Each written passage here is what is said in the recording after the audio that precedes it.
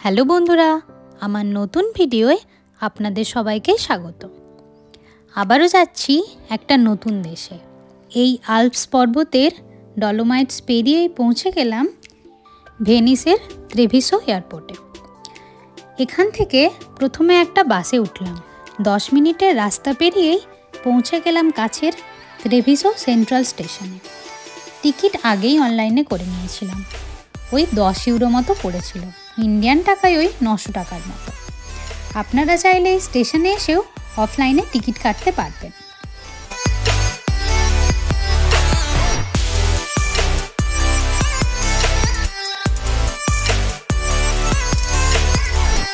নির্দিষ্ট টাইমে ট্রেনও এসে পৌঁছলো। এখানে কিন্তু ট্রেনে সাইকেল নিয়ে ওঠারও ব্যবস্থা রয়েছে। অনেকেই অফিস যাওয়ার জন্য এটি করে থাকেন।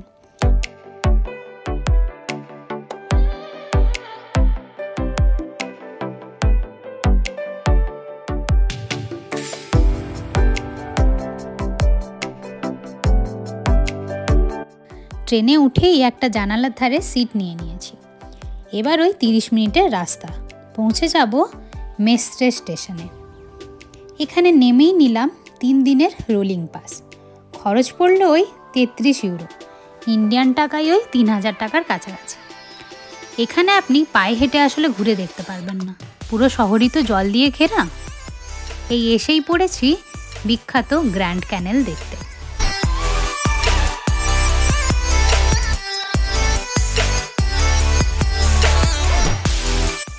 এই ভেনিস শহর প্রাচীনকালে কিন্তু কয়েকটা দ্বীপ নিয়েই তৈরি হয়েছিল। পরে জোয়ারের কারণে সমুদ্র থেকে জল এসেই প্রাকৃতিকভাবেই কিন্তু তৈরি হয় এই গ্র্যান্ড ক্যানেল। এখন এই শহরে যাতায়াতের একমাত্র উপায় কিন্তু এই জলপথ।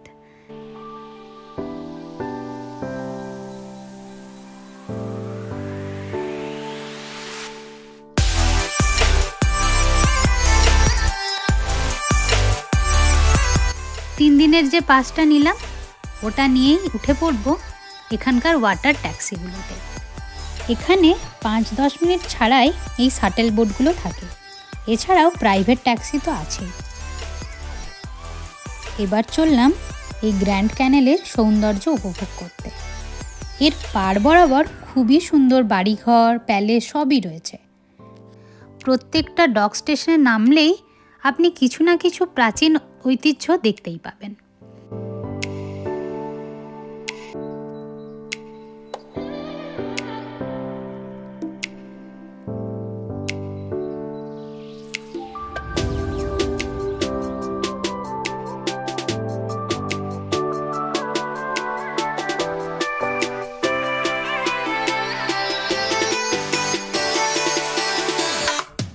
তবে এবার আমি নামবো আমার প্রথম ডক স্টেশনে।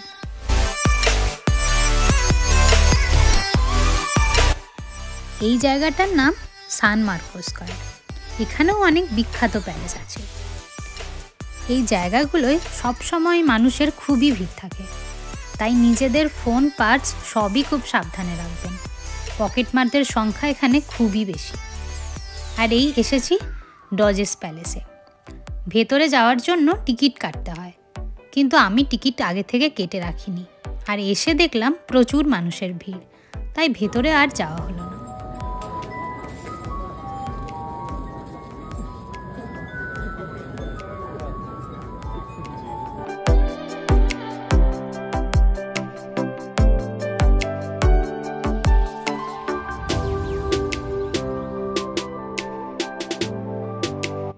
ওখান থেকে বেরিয়ে এলাম এই রয়্যাল গার্ডেন দেখতে। ভেতরে বেশ অনেক রকমের গাছপালা আছে। এখানেও ছিল প্রচুর মানুষের ভিড়।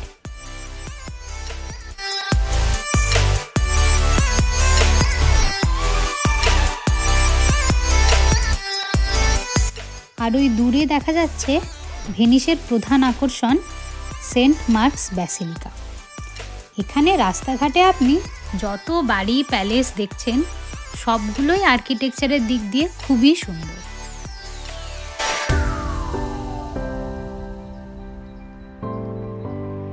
আর এই চার্চ যেতে যেতেই রাস্তাতে পড়লো আরও একটি চার্চ। এর নাম আমার ঠিক জানা নেই, তবে এটাও ভেতর থেকে খুবই সুন্দর।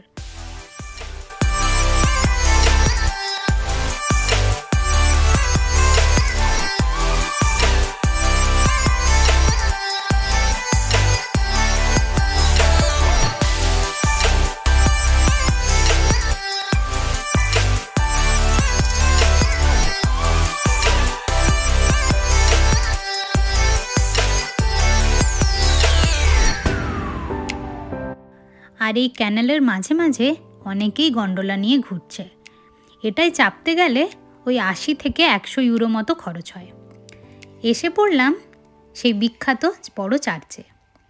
828 সালে রাস্তো আর বোনো নামের ভেনিসের 2 ব্যবসায়ী মিশর থেকে সেন্ট মার্কের পবিত্র দেহাবশেষ চুরি করে ভেনিসে নিয়ে আসেন, আর তারই স্মৃতির উদ্দেশ্যে বানানো হয় এই সেন্ট মার্ক ব্যাসিলিকা চার্চ। ভেতর থেকে চার্চটি খুবই সুন্দর, আর চার্চে রয়েছে 5টি বড় বড় গম্বুজ, যা বাইজেন্টাইন সাম্রাজ্যের অন্যতম নিদর্শন।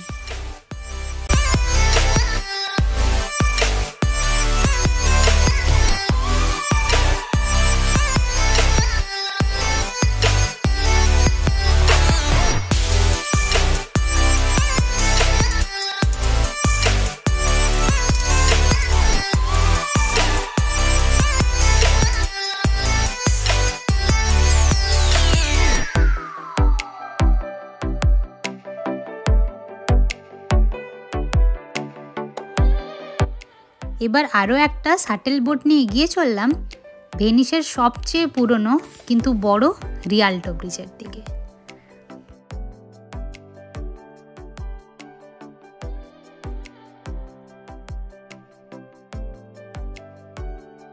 আমার লেন্স দিয়ে দেখা ভেনিস শহরের এই সৌন্দর্য আপনাদের কেমন লাগলো তা অবশ্যই জানাবেন।